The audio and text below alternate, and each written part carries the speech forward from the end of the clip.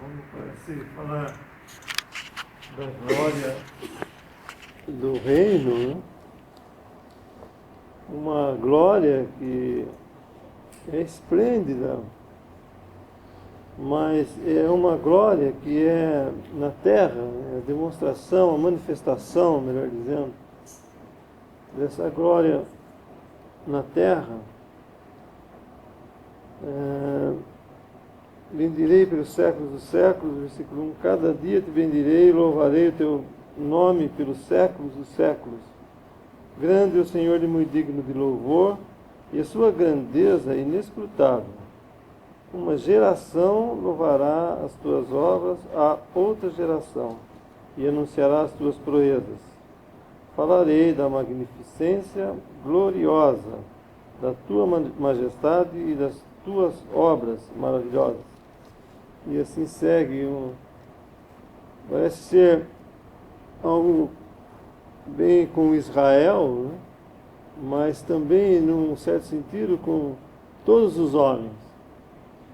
E alguém poderia pensar que isso é o que há de mais elevado da parte de Deus para com o homem.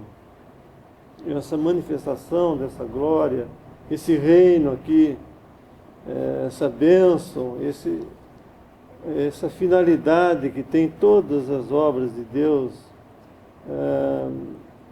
de levar o homem a glorificar, a louvar a Deus.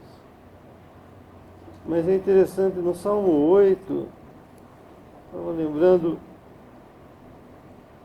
no Salmo 8, versículo 1 e 2,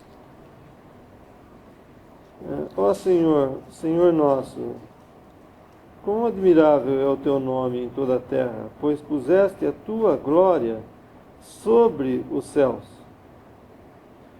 Da boca de crianças e dos que mamam, tu suscitaste força por causa dos teus adversários para fazeres calar o inimigo e vingativo. Quando vejo os teus céus, obra dos teus dedos, a lua e as estrelas que preparaste, que é o homem mortal para que te lembres dele, e o filho do homem para que o visites? Nós vemos aqui uma outra glória que é manifestada, né? Predita até aqui, é a glória nos céus, sobre os céus. E com Estevão, né, em Atos, capítulo 8, capítulo 7, desculpa, desde o versículo 54, 53. Vós recebestes a lei por ordenação dos anjos e não aguardastes. E, ouvindo eles isto, enfureciam-se em seus corações e rangiam os dentes contra ele. Mas ele, estando cheio do Espírito Santo, fixando os olhos no céu, viu a glória de Deus e Jesus que estava à direita de Deus. E disse, eis que vejo os céus abertos e o Filho do Homem que está em pé à mão direita de Deus. Mas eles gritaram com grande voz, taparam seus ouvidos e arremeteram unânimes contra ele, e expulsando-o da cidade o apedrejavam. E as testemunhas depuseram os seus vestidos aos pés de um mancebo chamado Saulo, e apedrejaram a Estevão, que em invocação dizia, Senhor Jesus, recebe o meu espírito. E pondo-se de joelhos, clamou com grande voz, Senhor, não lhes imputes este pecado. E tendo dito isso, adormeceu. Então, a partir dessa obra de Cristo, da sua obra expiatória e depois sua ressurreição e assunção aos céus, e de ser glorificado ali, então os céus se abrem de uma forma como nunca antes, para que o cristão olhe para cima e veja essa glória no céu, essa glória de Deus, viu a glória de Deus, e Jesus que estava em pé à direita da majestade nas alturas. Essa é uma glória, né, que ela, por assim dizer, suplanta essa glória terrena, que haverá essa manifestação dessa glória na terra.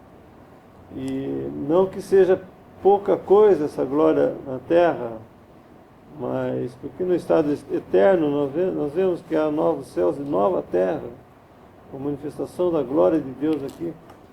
Mas quando pensamos nessa esperança dos judeus, né, nessa esperança de Israel, como desfrutando de bênçãos aqui na terra, e dizendo respeito ao milênio, nós vemos que há algo além disso, há alguma manifestação além dessa, que eles achavam, o homem, né, no Antigo Testamento, achava que era o ápice da manifestação de Deus. Tudo aquilo que Deus podia fazer, de ter bênçãos aqui na terra e de serem frutíferos aqui, gerações e gerações, e bênçãos e abundância, mas aqui na terra. Mas Deus tinha algo superior a isso. Ele estava guardando para si esse momento de que ele ia abrir o céu e uma glória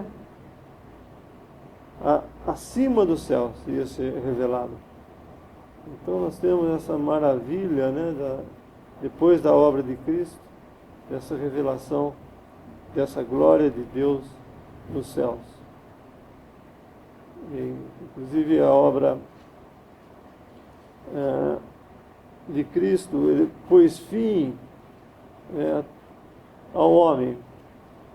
E o homem rejeitou a Cristo na sua humilhação, como os judeus, isso representado, né, nos judeus, eles rejeitaram a Cristo na sua humilhação, a manifestação de Cristo na sua humilhação, e depois eles também rejeitaram ao Espírito Santo e a um Cristo glorificado. E pôs fim assim ao homem, não só aos judeus, mas ao homem como homem, porque Deus, na sua misericórdia, ele estava manifestando aos judeus tudo aquilo que era a misericórdia dele, tudo que era a bondade, o amor de Deus, mostrando aos judeus, porque os homens, no geral, né, já tinham deixado pela idolatria e tudo a Deus, mas Deus, no meio da idolatria, chama a Abraão, faz-lhe uma promessa e mostra toda a sua bondade, todo o seu amor, sua longanimidade para com esse povo, mas querendo abençoar o homem, mas tendo que abençoar o homem nesse povo de Israel. Mas depois de rejeitar, então mostra que o homem, mesmo nesse representante da bondade em que Deus poderia se manifestar, que era Israel, o homem em Israel, novamente, ele rejeitou completamente a manifestação de Deus, tanto na humilhação do seu filho, quanto na sua glorificação, e rejeitou também o Espírito Santo, como Estevão fala nesse discurso, né? Vós sempre resistis ao Espírito Santo, resistindo então, e rejeitando então esse testemunho, mas Deus não desistiu do seu propósito de abençoar o homem acima do que o homem poderia esperar, o que daí manifestou então esse céu aberto, essa glória acima no céu, com Cristo glorificado, e o cristão tem esse privilégio de ter esse céu aberto e entrar na presença de Deus. Cristo está ali, quando Estevão vem em pé, na sua função sacerdotal, né? Ele está ali intercedendo por Israel ainda, nesse tempo. E depois, então, definitivamente, né, mais tarde, ele cortou esse relacionamento com Israel, ainda que por um tempo, né? Mas assim Deus mostrou então algo além do que o homem podia esperar, uma glória além que o cristão pode ter, porque Cristo fez tudo o que era necessário para que o homem pudesse olhar e ver esse céu aberto, e saber que lá já tem um homem e que lá é o lugar do cristão juntamente com Cristo, nessa glória que ele já está.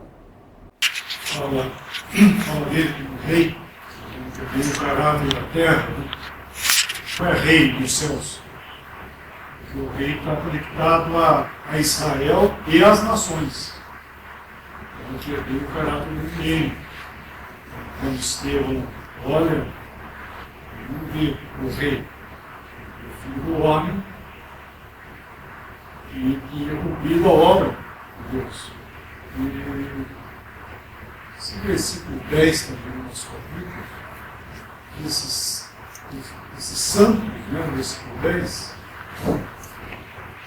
os teus santos que virão, esses são os piedosos, né, de Israel, que entrarão para gozar a presença do Messias, do Rei. Um versículo que, capítulo 15 de Apocalipse, esses irmãos passaram por aí já, mas Apocalipse capítulo 15.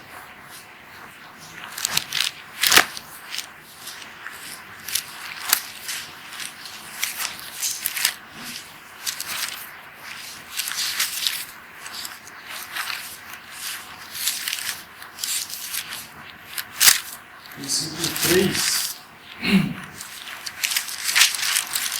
Apocalipse 15, versículo 3. E cantava o canto de Moisés, servo de Deus, o canto do Cordeiro, dizendo: grandes e maravilhosas são as tuas obras, Senhor, Deus Todo-Poderoso.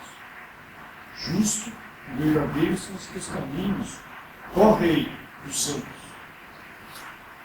Então, esse Rei dos Santos aí está incorreto, ele é Rei das Nações.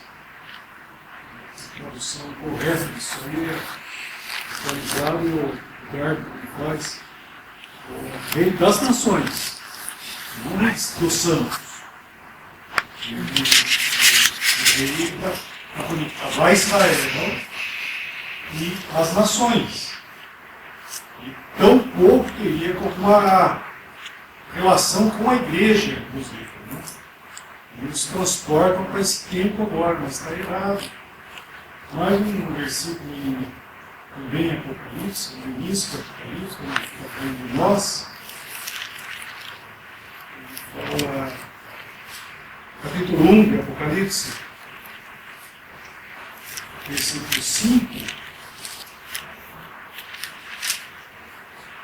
e da parte de Jesus Cristo, que é fiel testemunho, o primogênito dos mortos, ou de entre os mortos, e o príncipe dos reis da terra, aquele que nos ama, e isso é sangue, nos lavou dos nossos pecados, e nos fez reino sacerdotal, para Deus e seu Pai, a Ele glória e poder para todos sempre.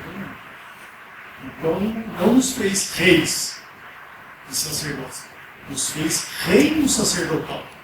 Então, o caráter da igreja tem essa esfera como um reino sacerdotal para Deus e Pai. Então, dizendo isso porque é muito confundido, né? As pessoas pegarem os salmos e coisas, outras passagens do Velho Testamento e transportar esse nome que o Senhor levou, levará, né, o rei, principalmente será futuro isso aí, e quer transportar para a igreja. Então a igreja não tem esse caráter de ter o Senhor Jesus como rei. Então ele, para nós, hoje, como Paulo fala em Coríntios, ele é o Senhor. Isso é 1 Coríntios 8. Capítulo 8, versículo 5 e 6, principalmente 6. Versículo 5. Porque ainda que haja também alguns que se chamam deuses, quer no céu, quer na terra, como há muitos deuses e muitos senhores, todavia, para nós, há um só Deus, o Pai, e quem é tudo, e para quem nós vivemos, e um só Senhor, Jesus Cristo, pelo qual são todas as coisas e nós tudo. Deus, Pai, Senhor.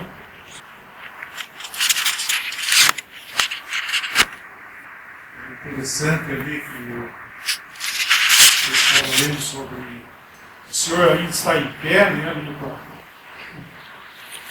na visão de Estevão. Nós sabemos que isso estava falando ainda da paciência dele, esperando arrependimento, socorro para que ele viesse. E quando o Senhor esteve aqui, ainda em sua vida, nós sabemos que nós falamos, se eles aceitassem o Senhor reinaria.